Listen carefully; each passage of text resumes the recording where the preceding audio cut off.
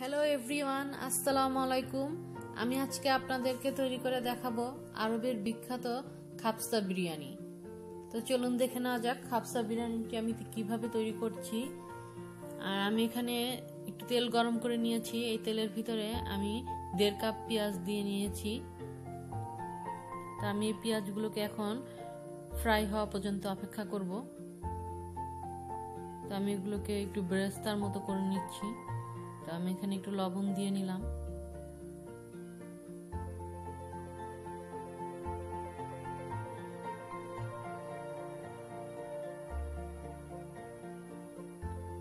তো আমরা এবার পেঁয়াজগুলোকে ব্রাউন হয়ে আসা পর্যন্ত, ব্রাউন কালার হয়ে আসা পর্যন্ত আমরা অপেক্ষা করব। তো আমি এখানে দিয়ে দিব 4 টেবিল চামচ ঘি।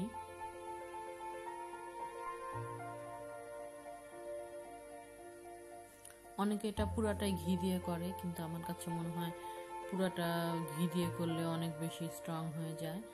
এই জন্য আমি এটাকে তেলের সঙ্গে একটু ঘি মিক্স করছি 4 টেবিল চামচ। আর দেখুন আমার পেঁয়াজটা কিন্তু এখন ব্রাউন কালার হয়ে এসেছে।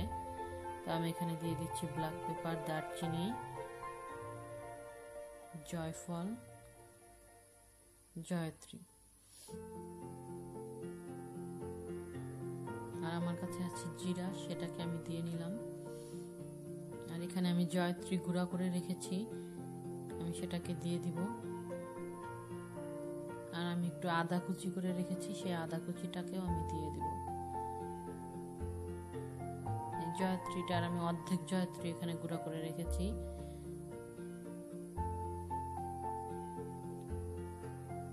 তো এখানে কিন্তু জয়ত্রী, জয়ফল এবং রোস্টের মশলাগুলি দেওয়ার কারণে এই পেঁয়াজ বেরেস্তাটার ফ্লেভারটা কিন্তু অনেক সুন্দর হয়েছে। আর আমি কিন্তু এই পেঁয়াজ বেরেস্তাটাকে উঠিয়ে রাখবো।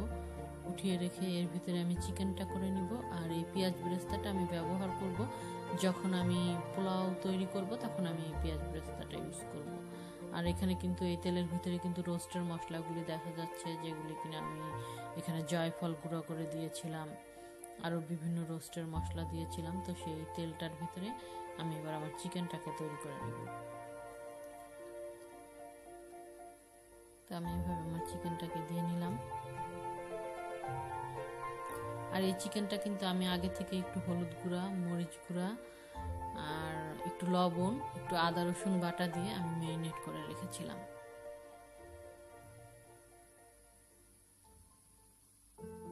তো অনেক প্রায় 2-3 ঘন্টা আগে আমি এটাকে ম্যারিনেট করেছিলাম। আর আপনাদের কাছে ঘরে একটু টক দই থাকলে দিতে পারেন, তা না থাকলে একটু দুধ থাকলে সেটাও ব্যবহার করতে পারেন। আর সেটাও যদি না থাকে তাহলে একটু গুঁড়া দুধ ইউজ করতে পারেন। আমি আপনাদেরকে সেভাবে রেসিপিটা বলে দিচ্ছি যাতে আপনারা হাতের কাছে থাকা উপকরণ দিয়ে তৈরি করতে পারেন। এটার জন্য খুব এক্সট্রা কোনো কিছু, অনেক এক্সট্রা মশলা ইউজ করা, এরকম কিছু করতে হবে না। হাতের কাছে থাকা উপকরণগুলো দিয়ে তৈরি করলেই অনেক মজা হয়ে যায়। আর খুব বেশি কিছু করে ফেললে, খুব বেশি মশলা দিয়ে ফেললে সেটা কিন্তু খেতেও কিন্তু এতটা টেস্টি হয় না। আমি এটা খুবই লাইটলি করার চেষ্টা করেছি। এটা অনেকে অনেকভাবে করে, কিন্তু আমি আমার মতো করে তৈরি করেছি। আর দেখুন আমার চিকেনটা কিন্তু প্রায় এখন হয়ে এসেছে। এটা আমি ভালোভাবে সেদ্ধ না হওয়া পর্যন্ত এটাকে জাল দিতে থাকবো। তো আমি দেখছি যে এটা মোটামুটি সেদ্ধ হয়ে এসেছে। আর ঠিক এমন সময় আমি 2 চামচ চিনি দিয়ে নিচ্ছি।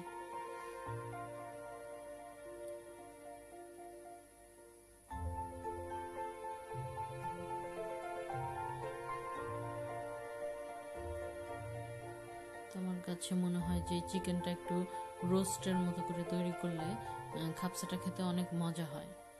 অনেকে এখানে টমেটো ইউজ করে, কিন্তু আমি এটা করিনি। আমি টমেটো দিয়েও আর একটা করে দেখাবো। খাবসা 2টা হয়, একটা লাম্পের, একটা চিকেনের। তো আমি একদিন লাম্প দিয়ে তৈরি করে আপনাদেরকে দেখাবো, সেখানে আমি টমেটো ইউজ করব। তো আমি এটা আপনাদেরকে আজকে আর একভাবে তৈরি করে দেখালাম। তো এখানে আমি কিন্তু পেঁয়াজ বেরেস্তা দিয়ে দিয়েছি।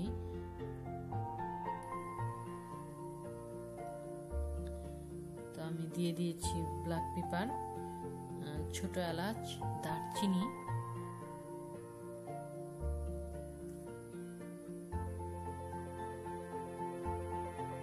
জয়ত্রী,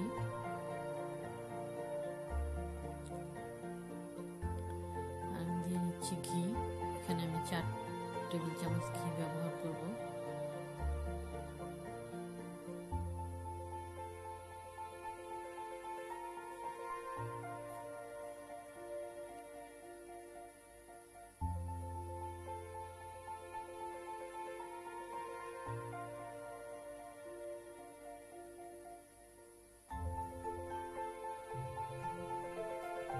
আমি কিন্তু আপনাদেরকে অনেক সহজভাবে তৈরি করে দেখাচ্ছি।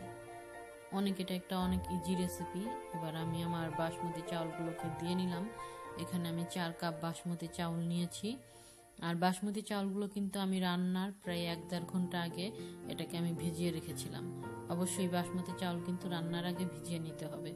আর যদি পোলার চাউল দিয়ে করেন তো আপনারা সবাই জানেন যে পোলার চাউল কিভাবে করতে হয়।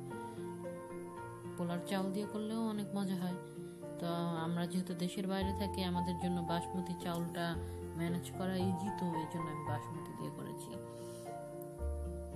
তো আমি এখানে আমার চাউলটা কিন্তু এবার সুন্দর ভাজা হয়ে গেছে। এবার আমি 4 কাপ চাউলে 6 কাপ পানি দিব। তো আপনারা আপনাদের চাউলের ধরন অনুযায়ী পানিটা ইউজ করবেন। অনেকের চাউল নতুন চাউল থাকে, অনেকের চাউল পুরান চাউল থাকে, এক একজনের পোলার চাউলটা এক এক রকম থাকে। তো আপনারা আপনাদের আইডিয়া মতো ব্যবহার করেন। তবে আমি এখানে 4 কাপ চালে 6 কাপ পানি ইউজ করছি। তো দেখুন আমার পোলাওটা কিন্তু খুব সুন্দর তৈরি হয়ে গেছে। আর পোলাওটা কিন্তু অনেক ঝরঝরা তৈরি হয়েছে, দেখতে পাচ্ছ। আর আমি এখানে কিন্তু কিছু বাদাম ভেজে নিচ্ছি। এখানে বাদাম, কিশমিশ, বিভিন্ন রকমের বাদাম ডেকোরেশনের জন্য মানুষ ইউজ করে। তো আমি আমার ঘরে যেগুলো ছিল আমি সেগুলো ইউজ করেছি। এখন তো জানো সবাই যে করোনা ভাইরাসের সিচুয়েশন চলছে, তো সব দোকানপাট বন্ধ। এখন বাইরে যাওয়াটা অনেক রিস্কি। তো আমার ঘরে যেটা ছিল আমি সেটা দিয়েই তৈরি করে দেখাচ্ছি। তো দেখো আমি যে পেঁয়াজ বেরেস্তাটা তৈরি করে নিয়েছি, সেখানে তো যে ব্ল্যাক পেপার আছে, এখানে আমি কাঠবাদাম কুচি করে রেখেছি।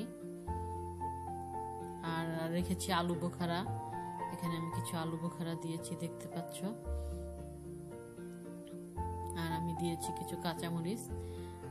এখানে যে খাপসাটা তৈরি করে আরবিরা, তারা কাঁচামরিচ ব্যবহার করে না, কারণ আরবিরা তেমন একটা ঝাল খায় না। কিন্তু আমরা যেহেতু বাঙালি, আমরা যেহেতু একটু ঝাল খাই, তো সেজন্য আমি এখানে কাঁচামরিচগুলো দিয়েছি। এগুলো আমান আছে, যার ভালো লাগবে সে খাবে, যার ভালো লাগবে না সে খাবে। তো তোমরা তোমাদের টেস্ট অনুযায়ী এটা ইউজ করতে পারো।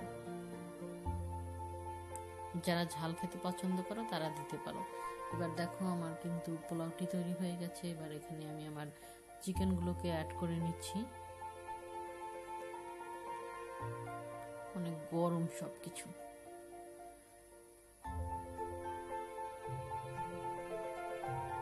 তো আমি এভাবে করে আমার চিকেনগুলোকে সাজিয়ে নিচ্ছি। আর আমি একটু একটু করে এর ভিতরে আমার যে চিকেনটা তৈরি একদম রোস্টের মতো হয়েছে, তার ফ্লেভারটা রোস্টের মতো। তো আমি যখন সেই ঝোলগুলিকে এখানে অ্যাড করে দিচ্ছি, সেটা কিন্তু খেতে কিন্তু অনেক অসাধারণ হবে। তো আমি তোমাদেরকে দেখাচ্ছি যে আমি কিভাবে এটাকে অ্যাড করছি। তো এবার কিন্তু আমি উপর দিয়ে একটু পোলাও দিয়ে দিচ্ছি।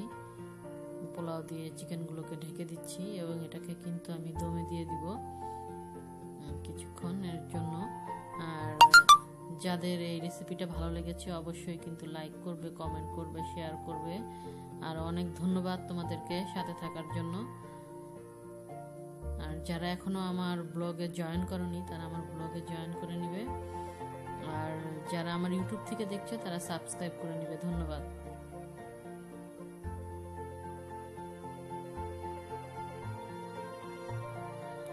আল্লাহ হাফেজ।